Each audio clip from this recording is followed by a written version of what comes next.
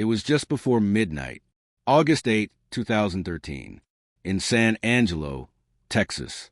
A young father, 26 years old, Brandon Lawson.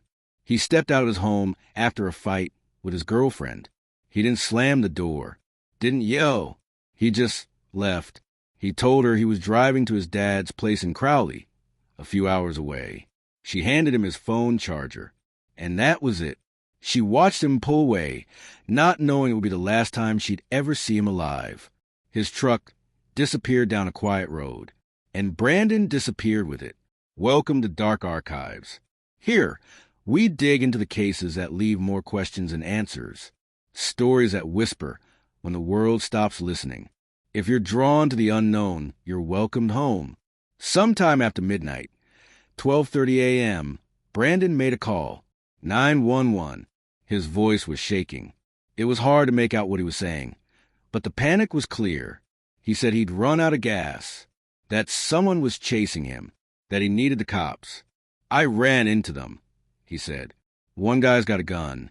Then came a pause. And finally, I need the cops.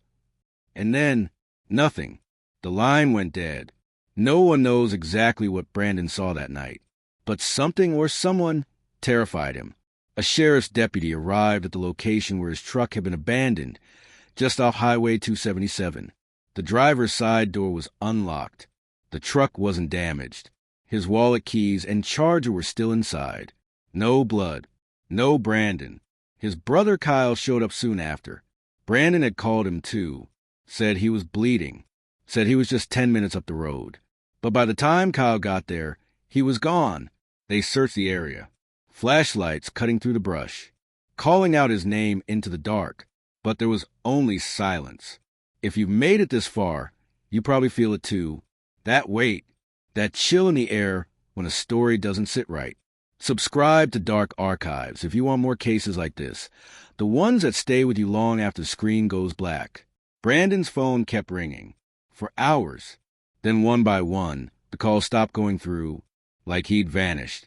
Or like someone made sure he did. Search crews came with dogs, helicopters, volunteers. Still nothing.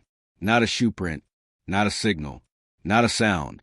And so the rumors began.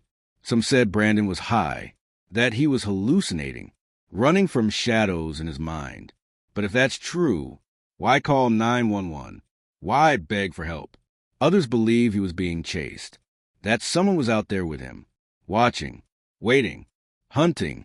But one detail always stood out.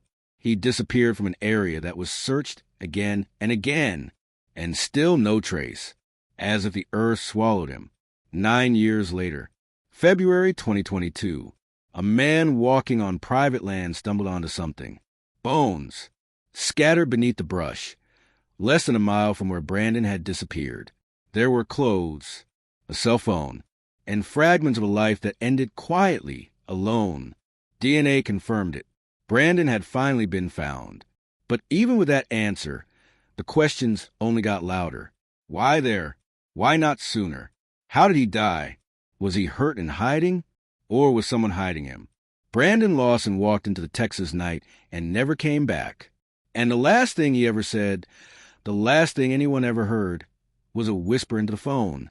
I need the cops. But when they came, he was already gone. If this story unsettled you, it should. Because this isn't a ghost story. It's real.